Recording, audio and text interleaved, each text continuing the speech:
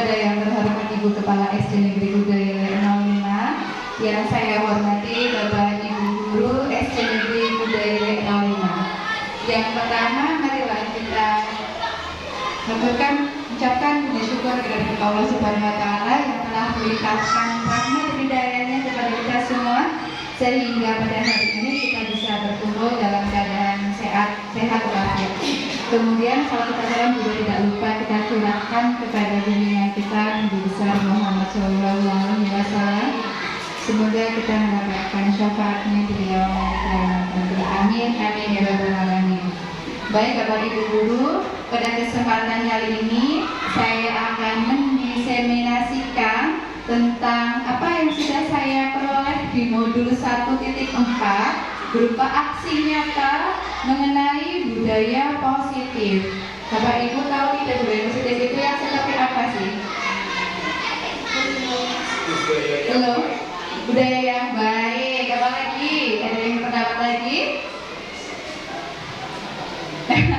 Budaya positif ya. Nah, ini nanti akan kita bahas sama-sama di sini. Jadi materi ini kalau saya pribadi itu sangat bermanfaat, apalagi kita sebagai seorang pendidik yang tentunya keseharian kita berhubungan dengan murid, orang tua, serta juga rekan sejawat maupun stakeholder yang lainnya, di mana dalam hubungan tersebut pasti muncul masalah atau kasus-kasus. Nah, di sini nanti kita akan belajar bersama-sama seperti apa sih yang sebetulnya bisa kita lakukan untuk mengontrol atau mewujudkan budaya positif di lingkungan kelas kita maupun di sekolah kita. Yang pertama, saya perkenalkan diri terlebih dahulu. Ketika di program pendidikan guru penggerak, saya mempunyai 2 orang pendamping saya dalam belajar. Yang pertama ada Bu Fitri Aliningsih selaku fasilitator, beliau adalah orang Grobogan. Kemudian ada Bu Anita Triastuti sebagai pengajar praktik, yang kemarin waktu kita PI beliau hadir di sini, dan saya sendiri Tiara Suci Apriliani sebagai calon guru penggerak angkatan 9.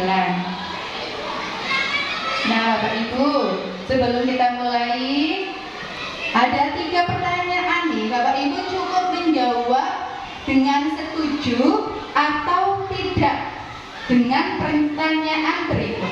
Yang pertama, hukuman dapat mendisiplinkan anak. Betul apa salah? Setuju ya? Setuju. Baik. Alasan setuju apa? Coba, barangkali ada yang berpendapat hukuman dapat mendisiplinkan anak. Jadi jawabannya adalah setuju. Kenapa? Bu Iwi. Terima kasih Bu Tiara. Di sini untuk hukuman dapat mendisiplinkan anak, karena jika anak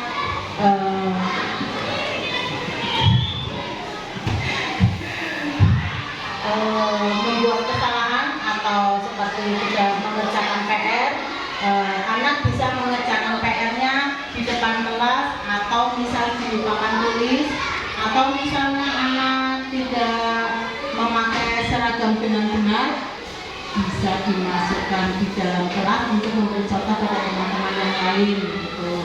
Terus untuk misalnya yang lain rambut atau yang lainnya rambut panjang, nanti kita bisa memberi contoh pada yang teman yang lain. Jadi betul itu bahwa hukuman dapat mendisiplinkan anak. Jadi contohnya ketika ada anak yang memakai seragam yang kurang sesuai gitu ya, itu nanti kita masukkan ke dalam kelas, mungkin bisa kita suruh maju ke depan. Ini contoh yang tidak benar ya gitu ya. Nah, kemudian pertanyaan yang kedua, pemberian hukuman dengan hal positif seperti membaca atau membersihkan halaman sekolah dapat meningkatkan disiplin anak. Jadi kalau yang tadi pertama mungkin lebih ke keras ya, agak keras. Nah, ini sudah mulai ke yang positif mungkin nih. Membaca, disuruh baca atau membersihkan halaman sekolah. Setuju apa tidak Bapak Ibu? Setuju. Alasannya ada yang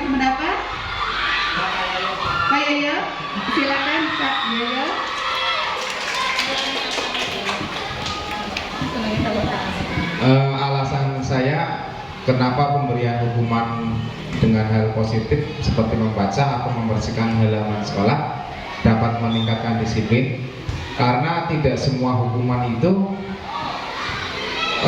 tidak harus yang berat-berat, termasuk yang ringan dan membawa kemajuan anak pun bisa, agar nanti efeknya si anak itu bisa jerah dan tidak mengulangi perbuatan lagi.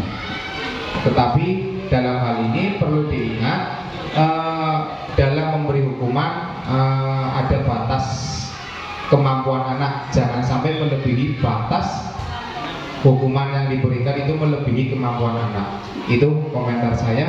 Terima kasih. Terima kasih yang telah memberikan pendapatannya. Oh, Bu Nur?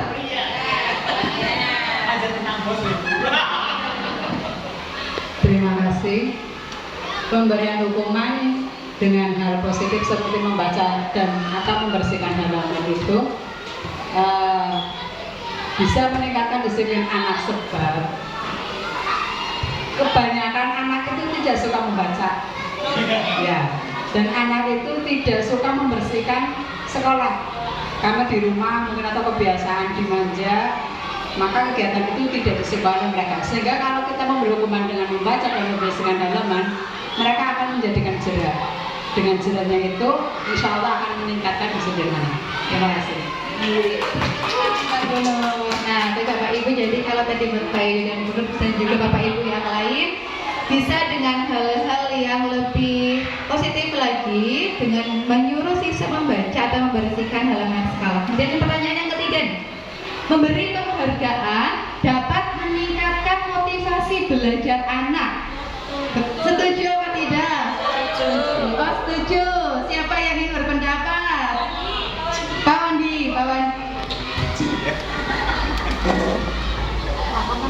Ya, apabila kita memberi penghargaan, jelas itu sangat meningkatkan motivasi belajar anak. Penghargaan di sini tidak harus berwujud fisik, bisa juga secara verbal, mungkin memberikan pujian, memberikan suatu applause, ya, tindakan-tindakan kecil lah yang membuat anak menjadi senang, itu termasuk penghargaan. Kalau bisa sih berwujud fisik, entah itu hanya sekedar bintang ataupun permen yang 1 biji 500, itu sangat memotivasi anak sehingga mereka sangat dihargai. Begitu. Terima kasih. Bapak Wandi. Nah, jadi Bapak Ibu, dari 3 pertanyaan yang telah disampaikan setuju semua ya? Nah, termasuk tadi memberikan penghargaan bisa dalam bentuk verbal maupun secara fisik ya. Kita memberikan aplaus, tepuk tangan. Tadi Pak Wandi habis menyampaikan pendapat, kita beri tepuk tangan, itu juga merupakan salah satu bentuk penghargaan. Nah, sekarang Bapak Ibu, kita lanjutkan lagi. Nah, pada kesempatan kali ini kita akan bersama-sama belajar mengenai disiplin positif dan nilai-nilai kebajikan universal. Yang kedua, kita juga akan belajar teori motivasi, hukuman, penghargaan, dan restitusi. Yang ketiga, tentang keyakinan kelas dan 5 kebutuhan dasar manusia. Kemudian ada 5 posisi kontrol guru. Serta yang kelima adalah restitusi itu sendiri. Mungkin ini yang baru pertama kali kita dengar ya, istilah restitusi. Nah, kita masuk ke dalam disiplin positif dan nilai-nilai kebajikan universal. Mungkin supaya lebih prakteknya lebih maksimal, Bu Julia mungkin duduknya bisa dengan Bu Wiwi biar bersama ibu-ibu. Pak Wandi bisa sama Pak Yoyo, karena kita nanti akan langsung praktek. Bagaimana tentang disiplin positif dan nilai-nilai kebajikan universal?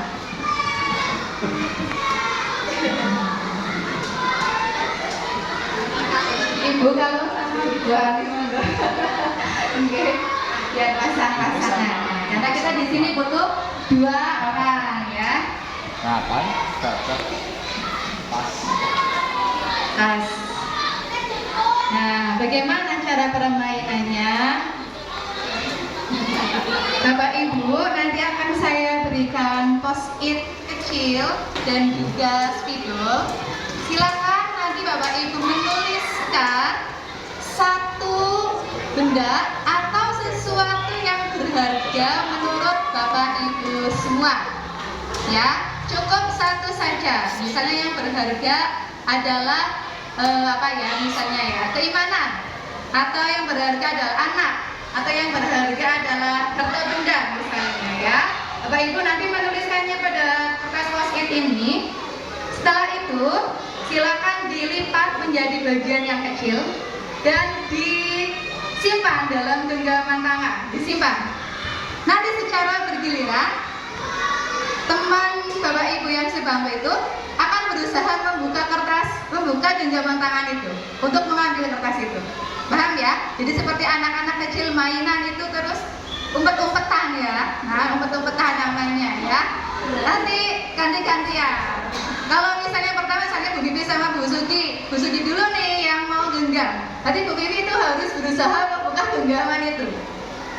Ya, milih buka atau milih untuk tetap menggenggam saja.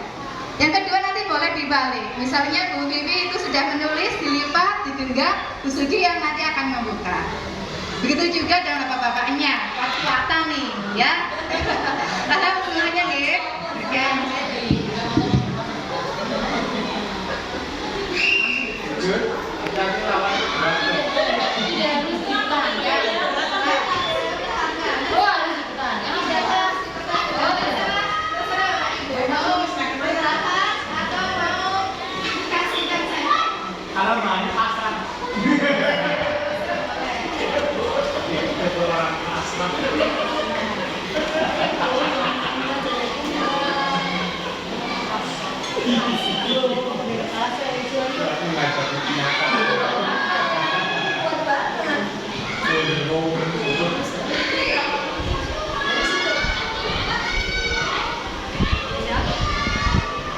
Saya tidak ada lawan.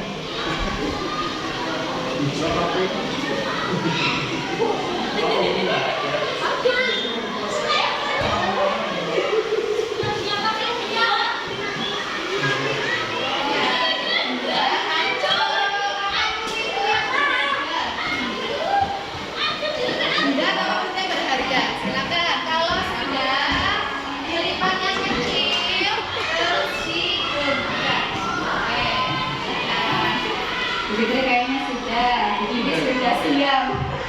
Boleh pilih ya mau pakai tangan mana ya? Tangan kanan atau tangan kiri bebas.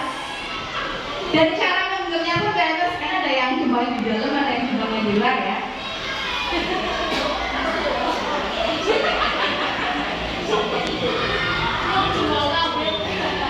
Terserah mau genggamnya, terserah yang pilih. Seringnya aku nganggo celana apa nganggo apa? Sudah siap. Dari kelompoknya Bu Bibi siapa dulu yang mau mencoba menggenggam dulu? Oh Bu Bibi, tapi Bu Sudi berusaha ya. Oh iya. Juga Ya. rasa angin. Kalau Bu Julia sama Bu Bibi siapa dulu? Dulu. Gimana? Bisa ya. Oh iya, oke. Ternyata Bu Bibi lebih memilih untuk bertahan ya. Mempertahankan apa yang berharga. Betul begitu Bu Bibi? Ya. Coba kita lihat sih yang berharga apa menurut Bu Bibi itu. Keluarga ternyata.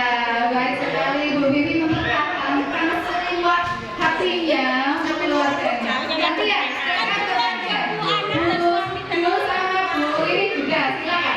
Mau pasrah aja buka silakan atau mau dipertahankan. Saya berusaha mempertahankan.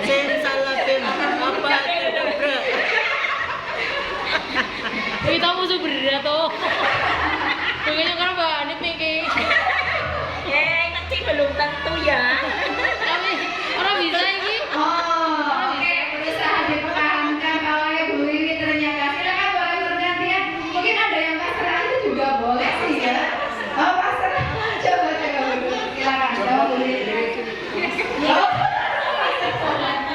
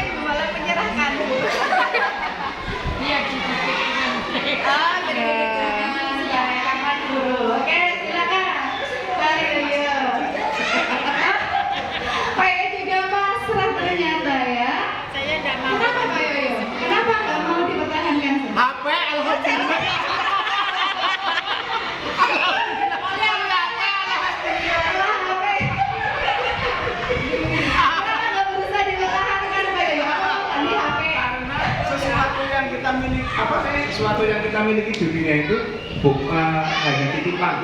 Iya. Jadi boleh diambil. Begitu. Oke, terima kasih.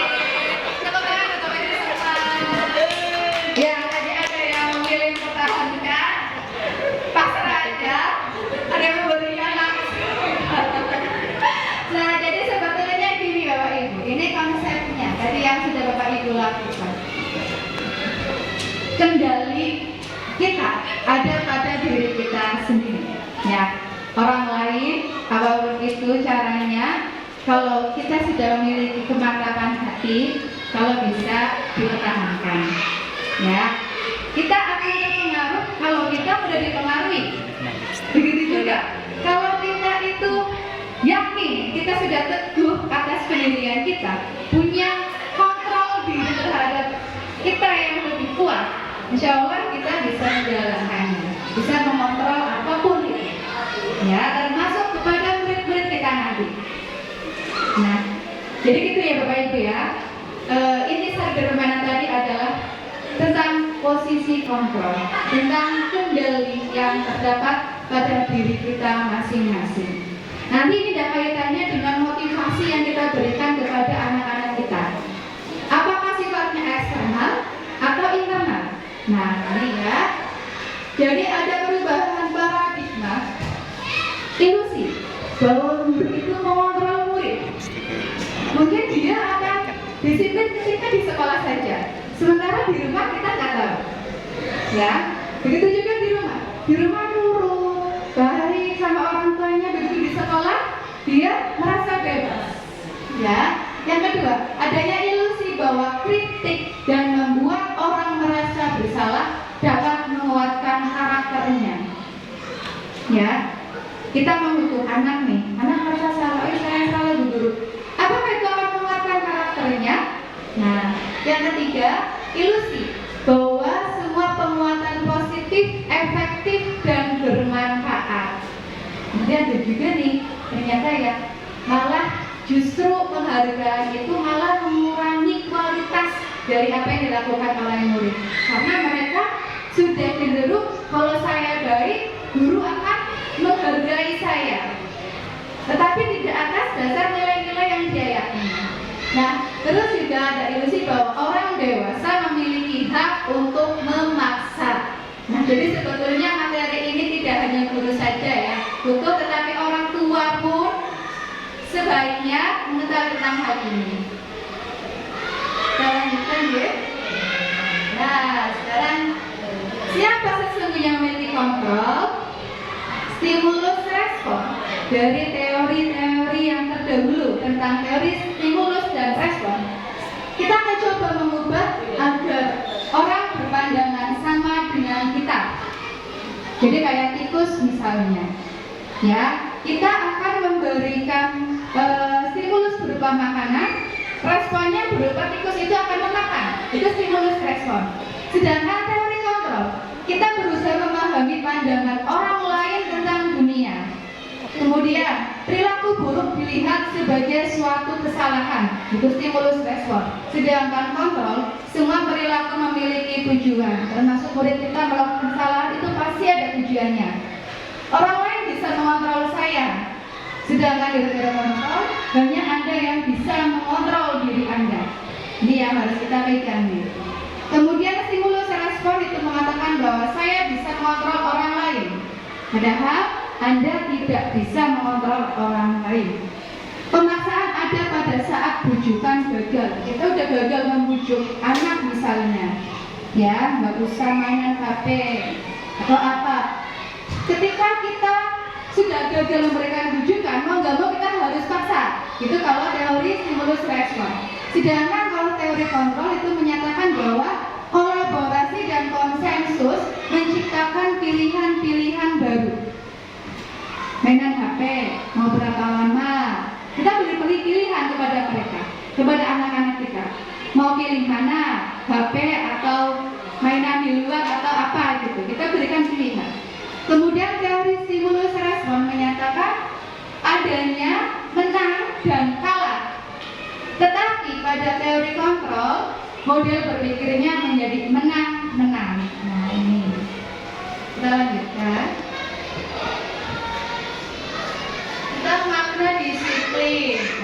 awal tadi sudah saya katakan ya, budaya disiplin salah satunya adalah tentang disiplin itu sendiri.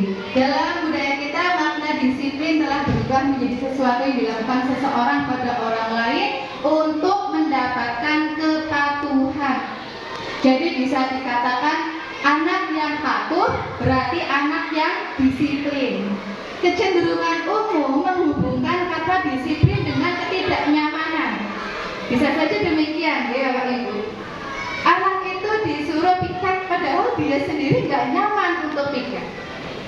Bukan dengan apa yang kita hargai atau pencapaian suatu tujuan yang mulia. Ini makna disiplin itu sendiri. Nah, kemudian dari disiplin, kemarin itu sudah saya terapkan di kelas saya juga. Anak-anak saya berikan mereka secara kertas post-it, mereka menuliskan kesepakatan kelas. Dari kesepakatan kelas itu kemudian saya ambil menjadi nilai-nilai keyakinan kelas dan diterjunkan lagi menjadi nilai-nilai kebajikan yang sifatnya lebih universal. Apa sih sebetulnya nilai-nilai kebajikan universal itu? Nah, merupakan nilai-nilai kebajikan yang diyakini oleh semua orang. Jadi, jujur menurut kita baik, orang lain pun menganggap jujur itu hal yang baik. Saling menghormati misalnya. Saling menghormati antar sesama, apalagi di sekolah kita majemuk sekali. Itu juga sebagai nilai kebajikan universal. Di negara lain pun akan sangat menghargai adanya saling menghormati tersebut. Sementara di Indonesia sendiri yang sedang kita implementasikan sekarang, nilai-nilai kebajikan yang ingin dicapai oleh setiap anak di Indonesia itu kita kenal dengan profil belajar Pancasila. Nah ini, jadi kegiatan P5 itu sebetulnya itu untuk mencapai nilai kebajikan universal yang ingin dicapai oleh negara Indonesia. Kemarin sudah ya, diberikan juga tentang profil belajar Pancasila, beriman pertama pada Tuhan Yang Maha Esa. Atau nyanyi lagi bawah di mungkin nyanyi lagi, oke nyanyi lagi.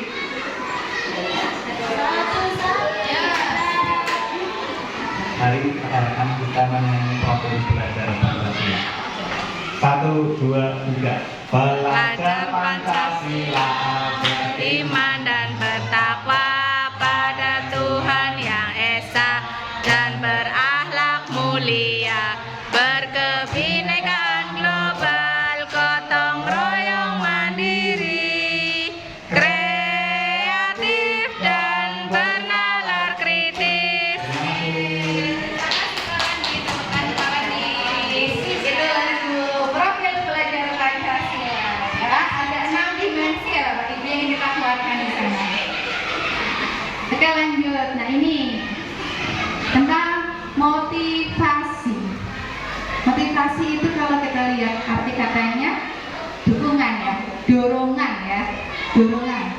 Nah ada 3 motivasi yang kadang dilakukan oleh murid-murid kita atau kita sendiri. Kita refleksi terhadap diri kita sendiri ya Bapak Ibu. Yang pertama, kita melakukan sesuatu itu untuk menghindari ketidaknyamanan atau hukuman. Misalnya nih, murid kita datang ke sekolah lebih awal, tapi bukan atas nilai-nilai yang diyakininya sebagai nilai yang baik, tetapi supaya ia takut dihukum oleh gurunya. Murid kita mengerjakan PR dengan alasan supaya nggak dihukum lagi oleh gurunya. Nih, yang kedua, kita melakukan sesuatu atas dasar untuk mendapatkan imbalan dari orang lain atau institusi. Imbalan, misalnya kita nyuruh murid kita beliin jajan, nah tersebut mau tuh, tapi karena dia mengharapkan biar nanti kembaliannya bisa buat saya kayak gitu ya. Nah itu merupakan motivasi yang kedua. Atau yang ketiga, yaitu untuk menghargai diri sendiri.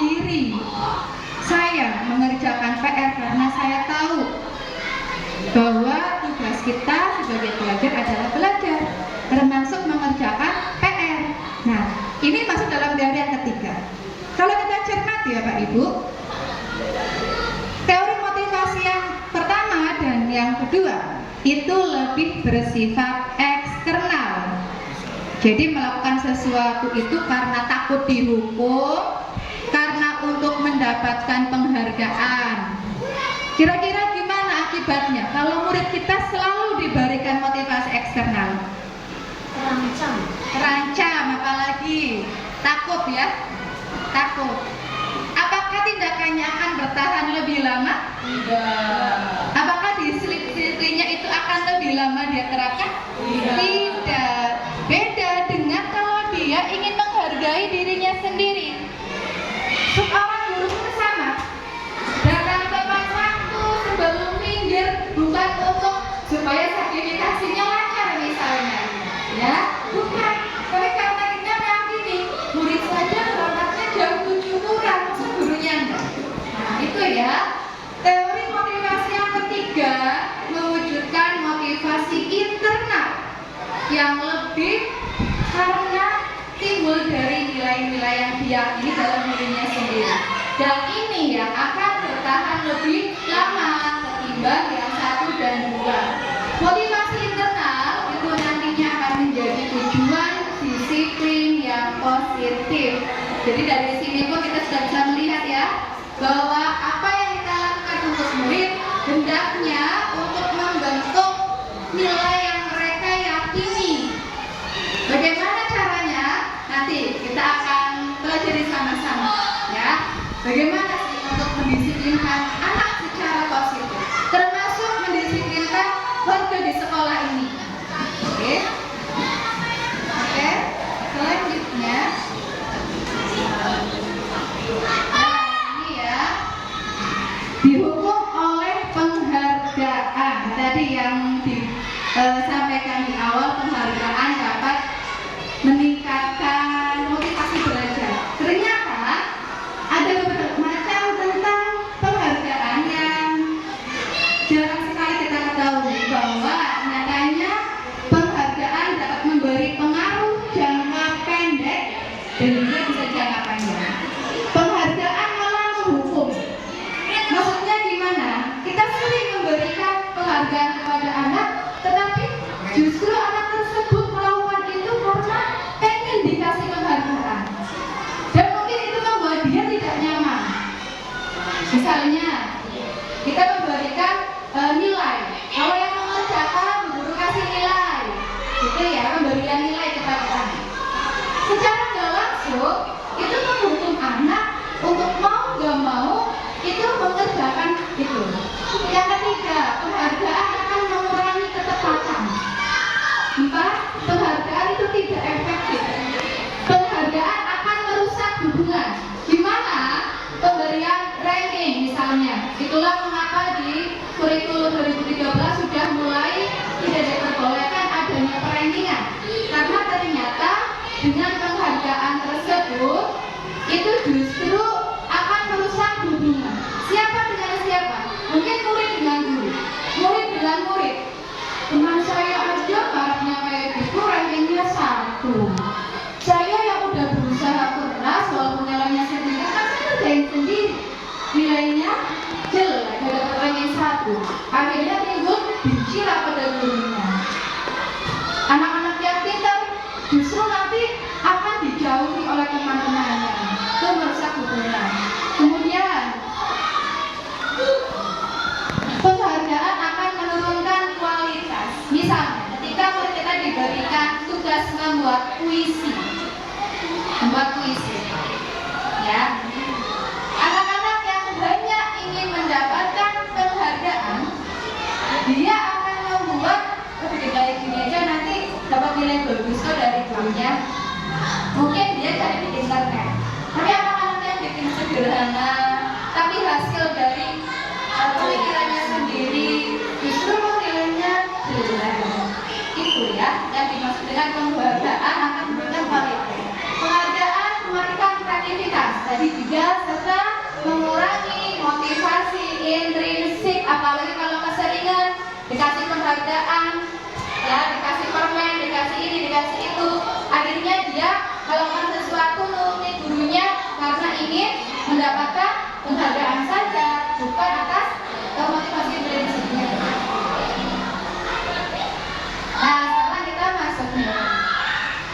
Apakah hukuman, konsekuensi, dan restitusi bedanya apa ini? Hukuman dulu. Hukuman itu yang bagaimana? Ada yang ingin berpendapat?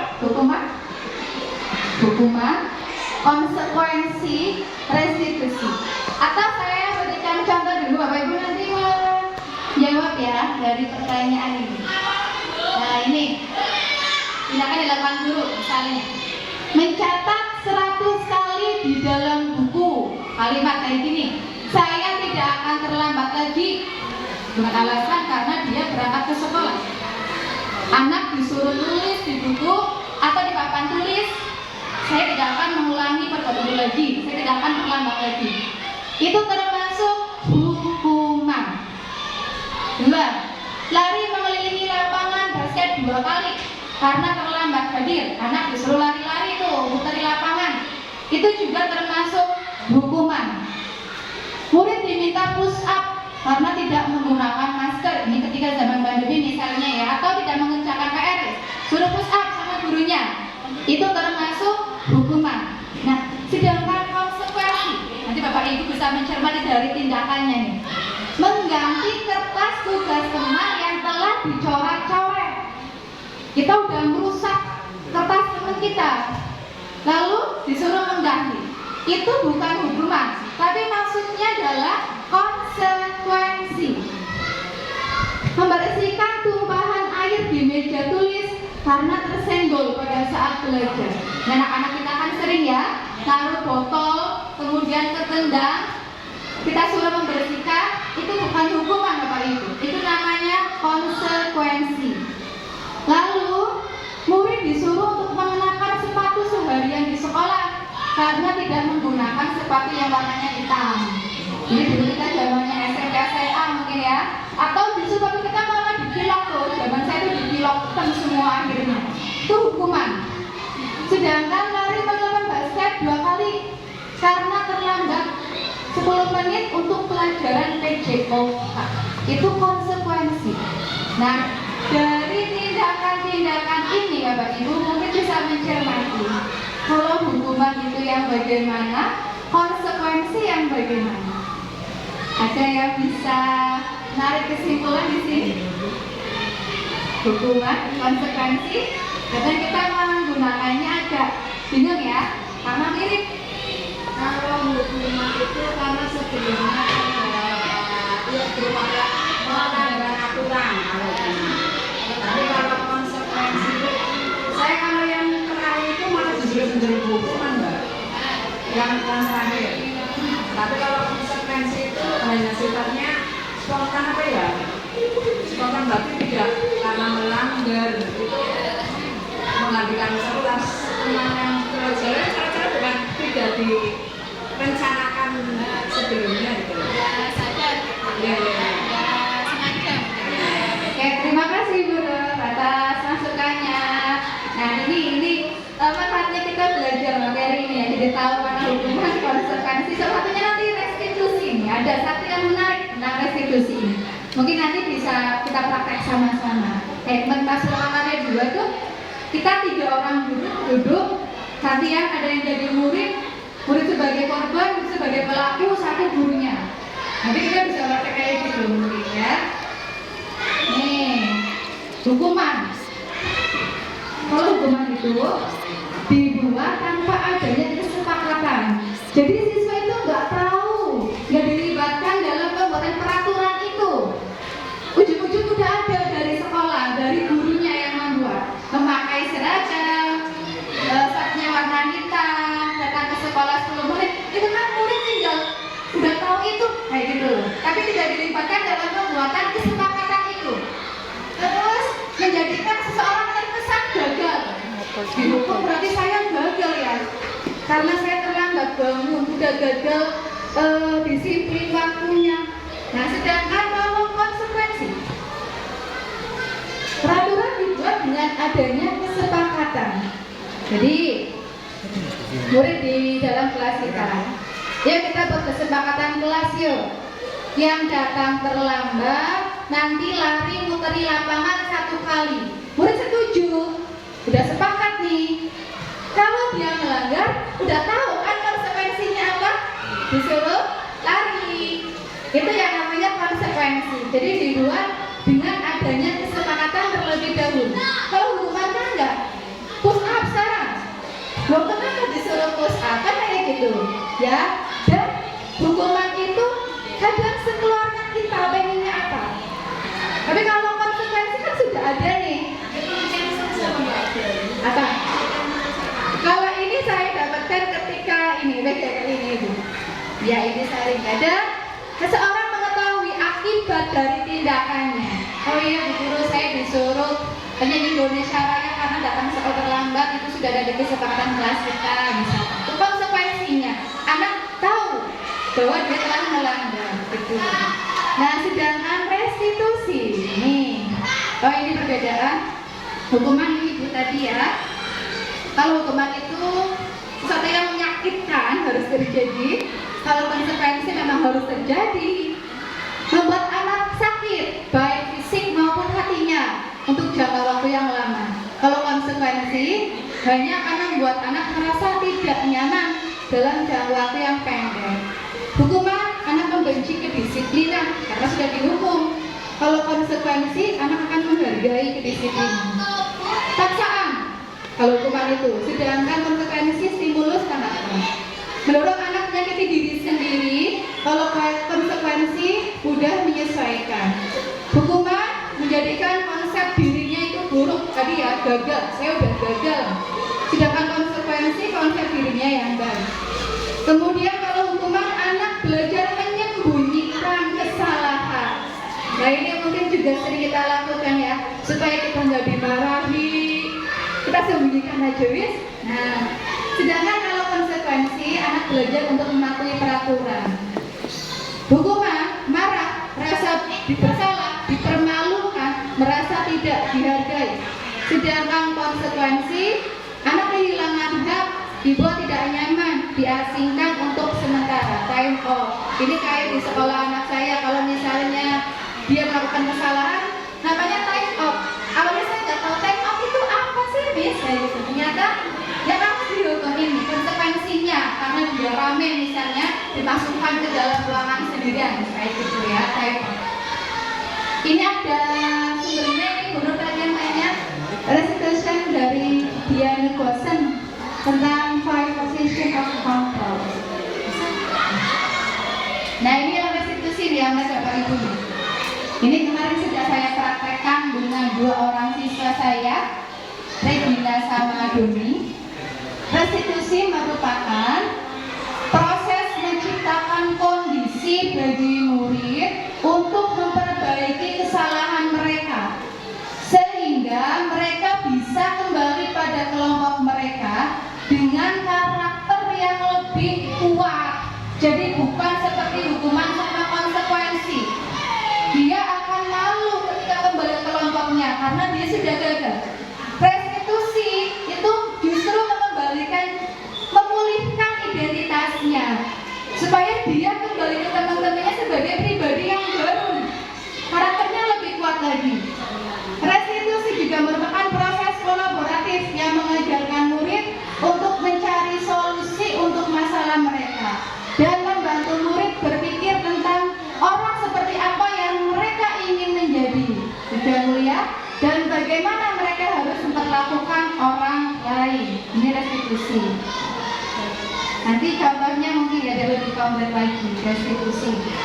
Ciri-cirinya ada 9. Bukan untuk menebus kesalahan, tetapi belajar dari kesalahan, memperbaiki hubungan, tawaran dan bukan paksaan.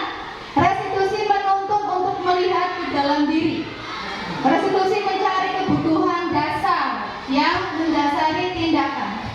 Jadi di sini nanti kita akan belajar juga perilaku murid itu didorong oleh kebutuhan dasarnya, termasuk kita. Kita orang dewasa pun memiliki kebutuhan dasar yang kalau tidak terpenuhi itu.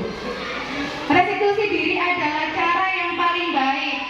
Restitusi fokus pada karakter, bukan ketindakannya. Restitusi fokus pada solusi dan mengembalikan murid yang berbuat salah pada kelompoknya. Kembalikan lagi. Nah ini ya tadi, kalau hukuman lebih pada identitas gagal, sedangkan disiplin itu terwujud melalui konsekuensi serta restitusi itu sendiri. Baik, saya lanjutkan langsung ya.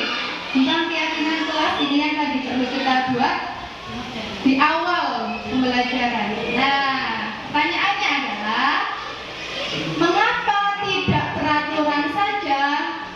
Mengapa harus keyakinan kelas? Bedanya apa sih? Kenapa bukan peraturan kelas, tetapi harus keyakinan kelas?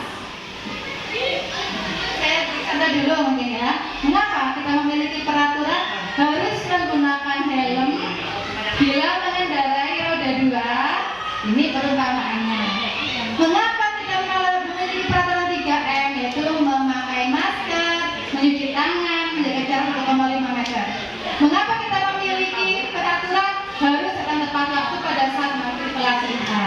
Nah ini, kenapa sih harus keyakinan kelas, bukan peraturan kelas saja? Karena anak-anak lebih familiar dengan peraturan kelas. Nah ini ya, untuk mendukung motivasi intrinsik, kembali ke nilai-nilai atau keyakinan, lebih menggerakkan seseorang dibandingkan mengikuti serangkaian peraturan-peraturan. Jadi tadi di awal motivasi intrinsik akan timbul ketika dia melakukan sesuatu atas nilai yang diyakininya, ketimbang hanya mengikuti peraturan. Maka sebaiknya ketika di kelas Bapak Ibu itu jangan membuat peraturan kelas 6, tapi buatlah keyakinan kelas 6. Itu akan jauh lebih mengena ketimbang peraturan. Kalau peraturan itu kan berarti, oh berarti saya harus kayak gini. Ini karena guru yang pengen gini. Tapi kalau keyakinan karena, oh ya karena saya yakin bahwa bersih itu akan menjadikan kita sehat, bahwa dengan tertib pembelajaran bisa maksimal, bahwa saya tidak boleh gaduh misalnya, ya itu keyakinan kelas. Jadi ini ada hubungannya dari peraturan kelas yang bermacam-macam itu akan kita saring lagi menjadi keyakinan kelas. Keyakinan kelas akan membentuk lingkungan yang positif di kelas tersebut. Kalau antar kelas sudah memiliki lingkungan yang positif, akan membentuk budaya yang positif. Nah ini, ada yang mau tanya? Lanjut dulu. Nah ini, saya punya dua kesepakatan kelas Bapak Ibu antara A dan B. Masing-masing tulisannya sama ya, kesepakatan kelas dan kesepakatan kelas yang di B-nya. Coba Bapak Ibu silakan diperhatikan dulu. A, datang tepat waktu, mengucapkan salam, menjaga kebersihan sekolah, berdoa dan sebelum dan sesudah kegiatan, aktif dalam pembelajaran dan bersih. Itu ya. Kalau yang B, kami guru dan murid saling menyayangi. Kami murid yang semangat belajar. Kami murid yang peduli dengan teman-teman. Menurut Bapak Ibu, dari yang A dan B, mana yang merupakan keyakinan kelas? Yang B. Mengapa yang B? Kesepakatan bersama. Sama itu juga kesepakatan bersama. Dilihat dari kalimatnya, Dilihat dari kalimatnya, dari subjeknya. Ada lagi?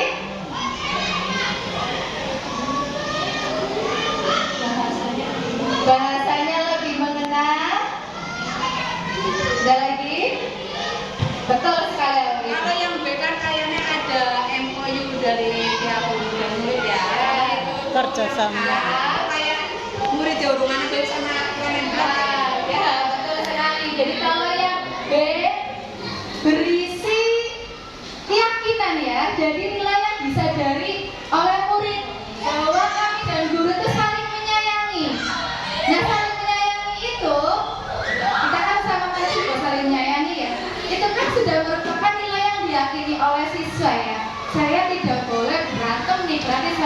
nih, gitu. Karena kita saling sayang. Kemudian semangat belajar, semangat itu juga lebih pada keyakinan seseorang dibandingkan dengan disuruh tertib. Ya, kemudian lagi peduli dibandingkan dengan jagalah kebersihan. Kita ganti dengan kami murid yang peduli terhadap lingkungan. Itu akan lebih mengena daripada kita disuruh menjaga kebersihan. Gitu Pak Wandi? Oke, ya nanti mulai kita terapkan di kelas kita ya Bapak Ibu ya. Kita buat keyakinan kelas kita. Selanjutnya, nah ini sebetulnya kita praktek nih tentang tabel T dan tabel Y dengan 3 keyakinan. Ada hormat, bekerja, diterima, dan dimiliki. Kira-kira Bapak Ibu, kalau kita analisis dari nilai yang ingin kita terapkan pada murid-murid kita, antara hormat, bekerja, dan diterima serta dimiliki, Bapak Ibu mau pilih yang mana? Nah, kita langsung praktek di sini membuat tabel T dan tabel Y. Apakah harus hormat? Apakah bekerja? Apakah tentang rasa diterima dan dimiliki? Diterima dan dimiliki? Mau hormat? Kalau hormat itu berarti kami meyakini bahwa sangat penting untuk menghormati semua orang dan barang milik orang lain. Mungkin kita yang hormat saja nih ya Pak Ibu ya. Termasuk dari kasus-kasus yang terjadi di sekolah, mungkin kita akan milih yang hormat dulu. Latihan 1 nilai ya, hormat. Jadi nanti Bapak Ibu saya akan bagi lagi kertas post-itnya. Ketika kita membuat tabel Y yang bentuknya Y itu ya, ada 3 hal, yaitu terlihat, terdengar, dan berperilaku. Perilaku hormat akan terlihat ketika murid bla bla bla. Tabel Y yang kedua, terdengar, akan terlihat ketika misalnya siswa menyapa guru atau guru menanyakan kabar siswa. Berperilaku hormat akan terlihat ketika siswa saling kepada Bapak Ibu guru. Itu contohnya. Dapat dimengerti semua Bapak Ibu? Saya langsung menulis, ingin menyampaikan saja ya, nggak usah nulis ya. Dari yang terlihat dulu, murid terlihat hormat ketika dia datang ke sekolah, apa? bertemu dengan bu gurunya saling menyapa. Dengan bergurunya saling. Ketika tersenyum. Oh, ketika tersenyum. Boleh ya? Udah paham berarti yang terlihatnya indikatornya itu apa? Kemudian hormat akan terdengar ketika murid ataupun guru kira-kira hormat. Hormat akan terdengar ketika gurunya Mengucapkan salam. mengucapkan salam. Ada lagi? Memanggil siswa dengan menyapa. Oke, banyak ya. Iya. Berperilaku, tindakannya hormat, membungkukkan badan, bersalaman, apa? Bersikap santun. Sudah bisa ya, berarti tabelnya ya.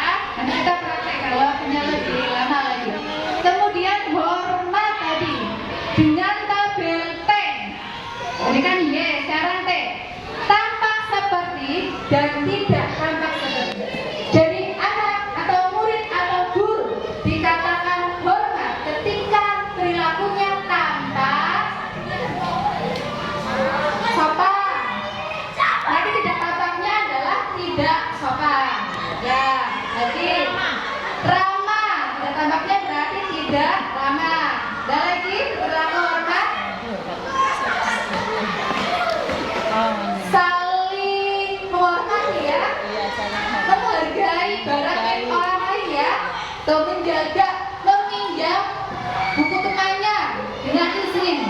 Itu termasuk hormat. Tampak seperti nggak tampaknya kalau kita langsung mengambil saja atau merebut saja itu. Sampai di sini ada pertanyaan Bapak Ibu? Lanjut ya. Oke, masih semangat ternyata. Jadi tadi ya contoh-contohnya. Kalau perilakunya hormat, terlihat tadi berempati, mendengarkan dengan seksama, pendengarnya, yuk saya bantu, kita menawarkan bantuan kepada orang lain, perilakunya ramah, tadi tersenyum ramah, tabel T-nya, kalau kita hormat, menyapa teman dan guru setiap hari, tidak tampaknya acuh, bersikap acuh.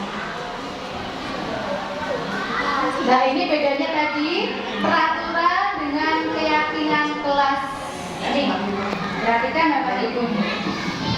Bedanya peraturan kelas berbunyi selalu kembalikan buku ke tempatnya, sedangkan keyakinan kelasnya berupa tanggung jawab. Bagaimana kan? Dilarang mengganggu orang lain, dilarang. Itu menjadi menghormati orang lain. Hadir di sekolah 15 menit sebelum pembelajaran dimulai, menjadi menghormati orang lain dan punya komitmen diri. Dilarang melakukan kekerasan, berubah menjadi keselamatan dan menghormati orang lain. Dilarang menggunakan narkoba atau merokok. Keyakinan kelasnya kesehatan. Bergantian atau menunggu giliran, ini jangan rebut-rebutan, itu akan menjadi menghormati orang lain atau bersabar. Gunakan masker, keyakinan kelasnya itu karena kesehatan dan juga keselamatan. Jangan berlari di kelas atau koridor. Nah, keyakinan kelasnya menjadi menjaga keselamatan atau keamanan. Jadi tahu ya, mana yang lebih spesifik dan mana yang lebih greget ya keyakinan kelas ini ternyata. Nah ini ada bentuk-bentuk program kebajikannya. Ketika kita memberikan pengakuan atau apresiasi, yaitu pemberian makan secara khusus. Jadi kita panggil anak tersebut, jangan di depan teman-temannya. Kemudian secara pribadi kepada semua murid, jangan cuma satu anak saja, nanti dia akan merasa minder, atau mungkin kebalikannya, dia akan merasa berbesar hati. Pengakuan secara konsisten, jadi jangan cuma hari ini saja, besoknya sudah lupa, nanti anak akan berhenti di sana ketika guru tidak memberikan apresiasi. Serta fokus pada prosesnya, bukan pada hasilnya. Ini juga setara dengan value main. Dan ketika kita harus menilai itu adalah lebih menekankan pada prosesnya, bukan pada hasilnya. Anak nilainya bagus, kita nggak tahu prosesnya gimana, itu yang salah. Ya. Lanjut. Nah ini contoh-contohnya. Kemarin saya perhatikan rasa empatimu besar sekali pada saat menolong murid baru di kelas kita. Ini contoh kalimat-kalimatnya. Saya lanjut aja nggih. Nah ini yang lebih penting yang harus kita juga tahu oleh Pak Ibu Guru. 5 kebutuhan dasar manusia, baik kita maupun murid-murid kita serta anak suami kita, lingkungan keluarga kita, lingkungan masyarakat kita, bahwa kita memiliki kebutuhan dasar bertahan hidup. Yang kedua, penguasaan. Kita sering melihat mungkin anak-anak murid di kelas kita nakal. Dia ingin menguasai teman-temannya, termasuk bullying. Itu juga karena dia ingin berkuasa atas teman-temannya. Ketika kita tidak memberikan kebutuhan dasar itu, dia akan bertindak yang menyimpang. Jadi contohnya dengan bullying. Tapi kalau kita memberikan kesempatan yang sama kepada semuanya, rasa kebutuhan penguasanya itu akan terpenuhi, sehingga dia tidak akan seperti itu. Contohnya, anak-anak yang punya bakat, kayak kemarin misalnya Kela, karena dia itu pas di situ, berkuasa di situ, kita berikan, kita akomodasi, sehingga berhasil. Gitu. Kemudian yang kedua, Murid-murid kita lebih menyukai pelajaran olahraga karena mereka cenderung bebas di luar. Sementara kalau di kelas ngantuk, bosen, rame sendiri, itu karena kebebasan mereka tidak kita penuhi. Jadi coba Bapak Ibu beri kebebasan kepada mereka. Pelajaran seperti apa yang mereka inginkan? Yang ketiga, yang keempat, kesenangan. Senang, fun. Anak-anak ketika praktek dia akan senang kan? Iya. Ketika menyanyi dia juga senang. Nari pun ada yang senang, ada yang tidak. Itu kebutuhan akan kesenangan. Dan yang terakhir kelima, kasih sayang dan rasa diterima. Kita harus sayang kepada murid kita, harus menerima murid-murid kita. Ketika dia tidak terpenuhi kebutuhan kasih sayangnya, dia akan nakal. Dia akan caper, cari perhatian dari temannya atau dari murid-murid. Kita pun sama karena itu, Bapak Ibu. Ya, ini kebutuhan dasar manusia. Dan bagaimana ketika ada kasus demikian? Ibu guru bilang, aku tidak boleh bersenandung sewaktu mengerjakan tugas. Katanya, kelas itu harus tenang, tidak ada suara. Padahal kan aku suka dan senang menyanyi. Kira-kira kebutuhan dasarnya apa ya? Dari kasus yang pertama, kesenangan. Oke, betul. Yang kedua, ibu guru tidak menyapaku hari ini, padahal aku pakai jepit rambut baru. Ini kasih sayang ya, kasih sayang dan diterima. Nah, diperhatikan. Aku bosan, masa belajarnya cuma gitu-gitu aja, dengerin ibu guru aja. Apa ini? Kebebasan. Aku sebel, gambarku tidak rapi, malah ibu guru nunjukin ke teman-temanku di kelas. Gambarnya nggak rapi, malah nunjukin ke teman-temannya. Ini loh yang gambarnya tidak bagus. Akhirnya dia sebel. Ini kebutuhannya apa ini? Penguasaan ya, penguasaan. Ketika dia tidak mampu menguasai gambar itu, kemudian gambarnya jelek justru ditunjukkan, itu kebutuhan akan penguasaannya menjadi tidak terpenuhi. Ini contoh-contoh kasusnya yang mungkin kita tidak mendengar secara langsung dari murid kita, tetapi mereka melakukan tindakan sebagai konsekuensinya. Nah, ini juga yang penting tentang 5 posisi kontrol guru. Bagaimana ketika kita menghadapi murid, jadi posisi kontrol yang seperti apa yang kita lakukan? Ada 5 Bapak Ibu. 16, 17. Kecil ya tulisannya. Motivasi, identitas gagal, identitas berhasil atau kontrol diri. Ada 5 posisi kontrol guru. Yang pertama adalah sebagai penghukum.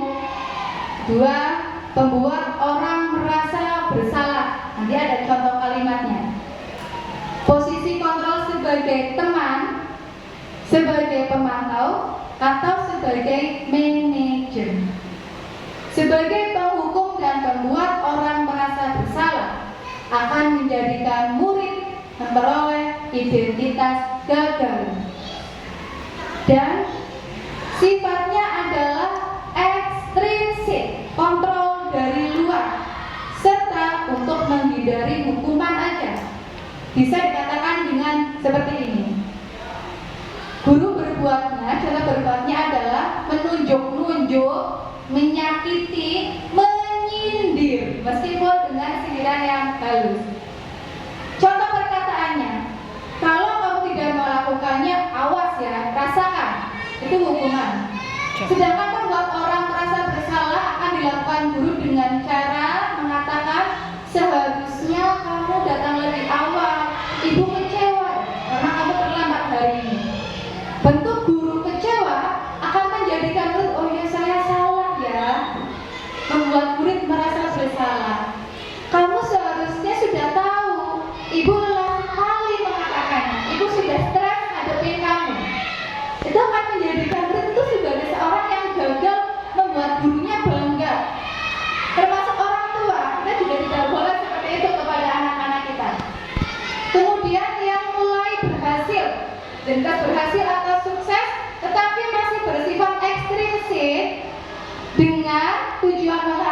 imbalan atau ketergantungan pada orang lain ketika kita melaksanakan kontrol sebagai teman. Caranya, ayolah lakukan dengan ibu. Kalau kamu berbuat salah, nanti ibu yang dimarahi, misalnya. Itu sebagai teman. Masa kamu tidak mau? Ingat tidak, ibu pernah bantu. Teman, nadanya lebih halus. Nadanya seolah-olah anak tersebut sama kita setara nih. Teman sama teman. Kemudian kalau memantau, gurunya itu selalu mengaitkan dengan peraturan di sekolah kita. Mengapa datang terlambat? Apakah kamu ingat nggak peraturan sekolah kita bahwa tidak boleh datang terlambat? Itu pemantau. Guru seolah-olah memantau perilakunya siswa agar sesuai dengan peraturan sekolah. Dan ini yang baik nih, yaitu ketika posisi guru menjadi seorang manajer, menghargai diri sendiri dan lebih bersifat intrinsik. Ketika guru dihadapkan pada permasalahan, mampu mengajukan pertanyaan, apa yang kita yakini, apa yang bisa kamu kerjakan untuk memperbaiki masalah ini. Jadi kalau ada siswa yang salah, kira-kira tindakan apa yang bisa kamu lakukan ke depannya. Itu manajer. Ya, kita sebagai manajer berusaha untuk mengembalikan identitasnya murid kepada nilai yang diyakininya. Ini nanti bisa dilihat lagi Bapak Ibu ya. Lebih kuat ternyata. Ini contoh-contoh pernyataan. Saya kecewa sekali dengan kamu. Kecewa justru akan membuat orang merasa bersalah. Kamu tidak pernah benar, kamu salah. Ini terhukum. Ayo lakukan dengan ibu atau bapak, teman. Apakah kamu mau mendapatkan stiker bintang hari ini? Kalau yang sudah menuruti peraturan sekolah, itu sebagai pemantau. Bagaimana kamu bisa menyelesaikan masalah ini? Kita buka ruang bagi murid untuk menyampaikan. Itu manajer. Kamu selalu yang paling terakhir. Ini menghukum. Ya, ini posisi kontrol kita. Nah, jadi peraturan pemantau konsekuensi atau hadiah ini ternyata saling bergantungan. Nilai-nilai itu kontrol sebagai manajer dan siswa akan belajar memperbaikinya. Sekarang masuk ke segitiga restitusi. Jadi Bapak Ibu penasaran? Apa sih restitusi itu? Jadi hukuman sudah, konsekuensi sudah, bagaimana kontrol guru terhadap murid sudah, motivasi eksternal dan internal sudah. Sekarang masuk ke segitiga restitusi. Ada 3 langkah Bapak Ibu dalam melakukan segitiga restitusi. Ketika kita dihadapkan pada masalah, yang pertama kita harus menstabilkan identitas siswa terlebih dahulu. Kita dukung tindakan yang mereka lakukan dengan cara misalnya setiap orang pasti pernah melakukannya. Kamu bukan satu-satunya yang pernah melakukan itu. Jadi kita stabilkan dulu identitasnya. Biar itu, oh berarti saya kayak gini tuh nggak sendirian ya yang salah ya. Oh saya kayak gini ada temennya yang pernah melakukan kayak gini gitu. Setelah identitasnya stabil, kita masuk ke validasi tindakan yang salah dengan cara mengatakan kamu tentu punya alasan mengapa melakukan hal ini. Tanyakan alasannya. Karena tadi ya kebutuhan dasarnya tidak terpenuhi. Bisa jadi si A mengambil barang orang lain karena dia kebutuhan dasarnya pengen untuk kesenangan, senang-senang, atau pengen diperhatikan. Oh biar guru itu nanti datang ke saya lah. Nah, kasih sayang berarti. Lalu validasi tindakan yang salah bisa ditanyakan dengan adakah cara yang lebih efektif untuk mendapatkan apa yang kamu butuhkan? Nah, divalidasi dulu. Kalau anak sudah tahu, oh ya guru saya salah, kita masuk ke tahap yang terakhir. Ini yang lebih penting juga, yaitu menanyakan keyakinan dengan cara nilai-nilai apa yang telah kita sepakati. Kita kembalikan memori dia tentang nilai-nilai yang sudah diyakininya di kelas. Kemudian kamu ingin menjadi orang yang seperti apa? Itu. Ya, mereka menanyakan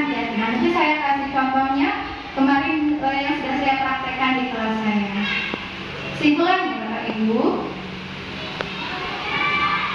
disiplin positif menurut teori kontrol atau teori pilihan dari Dr. William Glasser bahwa Anda tidak bisa mengontrol orang lain, hanya Anda yang bisa mengontrol diri Anda, yang nantinya akan masuk kepada makna disiplin positif.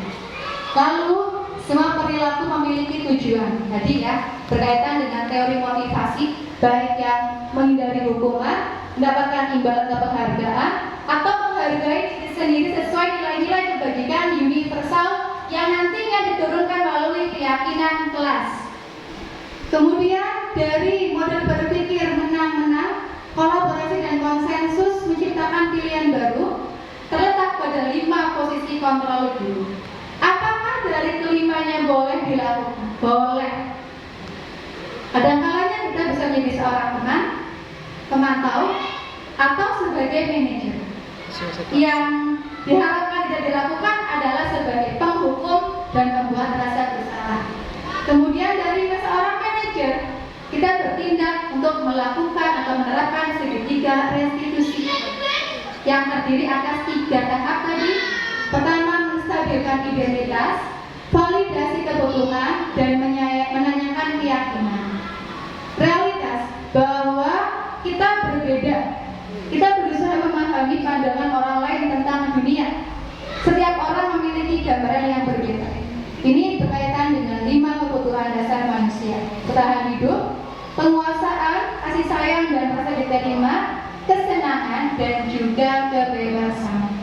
Bapak Ibu, ini saya beri contoh video kemarin yang sudah saya laksanakan dengan 2 orang murid saya tentang penerapan restitusi di kelas.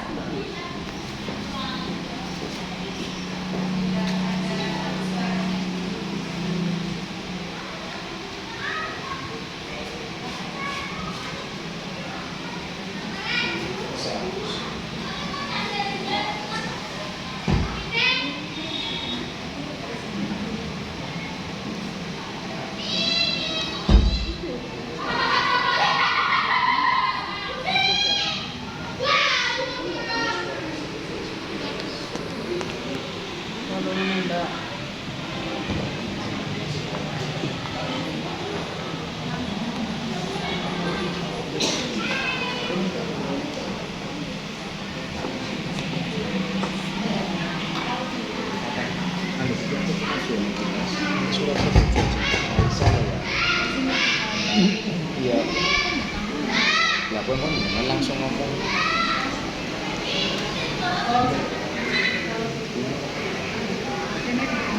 Iya, itu punya foto.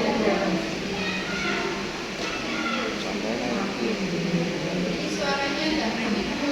Saya pakai Foto. ya.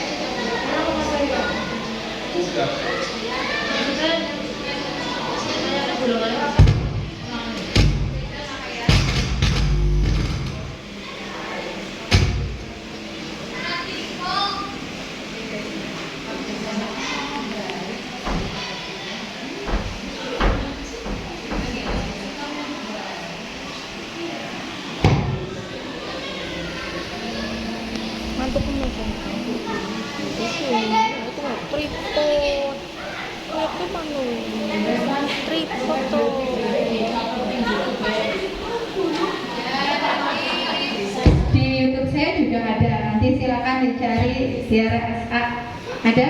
Itu ada berbagai video-video tentang penerapan segitiga restitusi.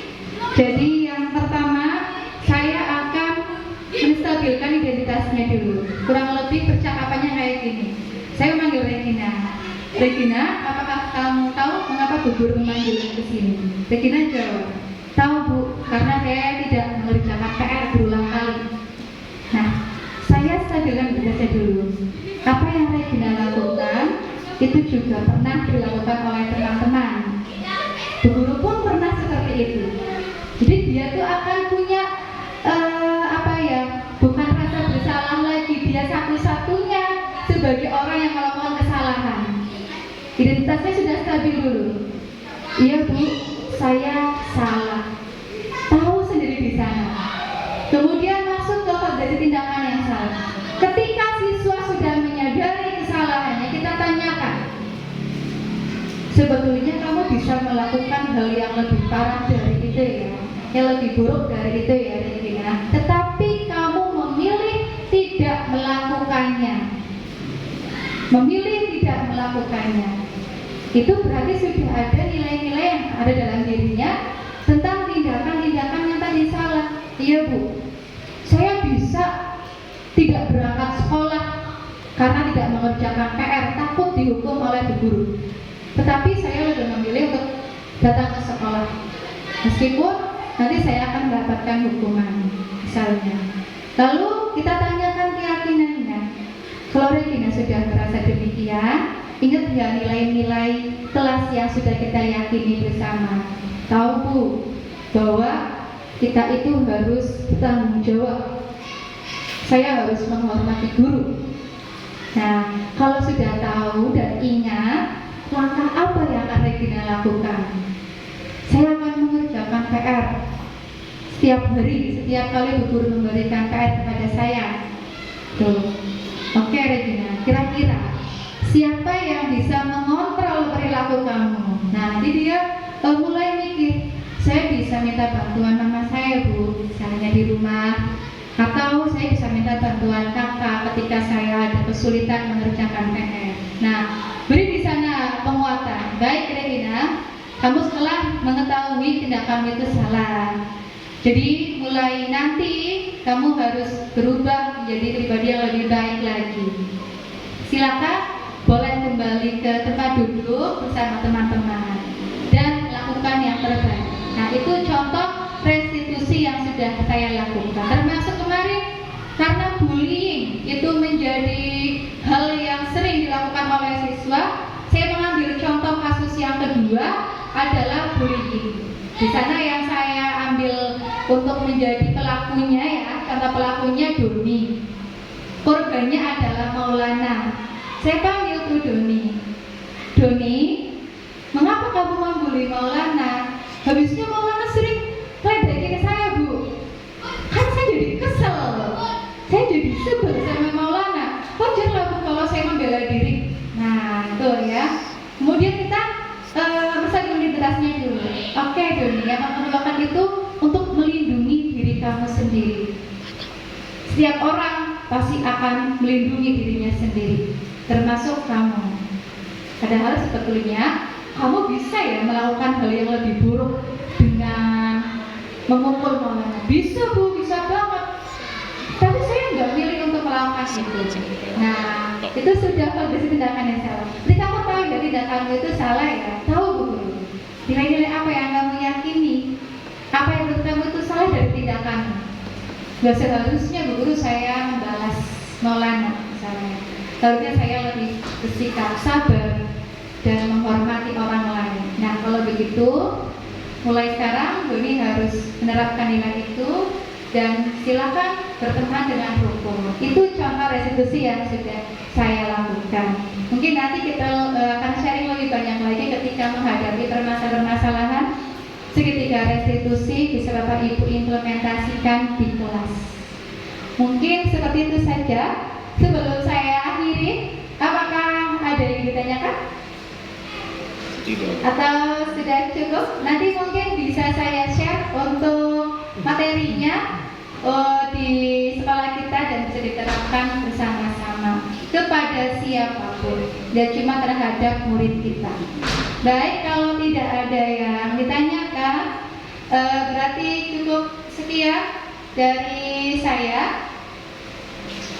Untuk konklusi tadi juga sudah saya sampaikan ya, bahwa ada 5 kebutuhan dasar manusia, ada posisi kontrol dan yang lainnya, termasuk restitusi. Bedanya apa dengan hukuman dan juga konsekuensi. Demikian Bapak Ibu apa yang bisa saya paparkan hari ini, semoga bermanfaat dan menjadikan kita sebagai pendidik yang mampu menuntun anak-anak kita mencapai kemerdekaannya di kemudian hari. Kurang lebihnya mohon maaf. Wassalamualaikum warahmatullahi wabarakatuh. Tuh. Stop.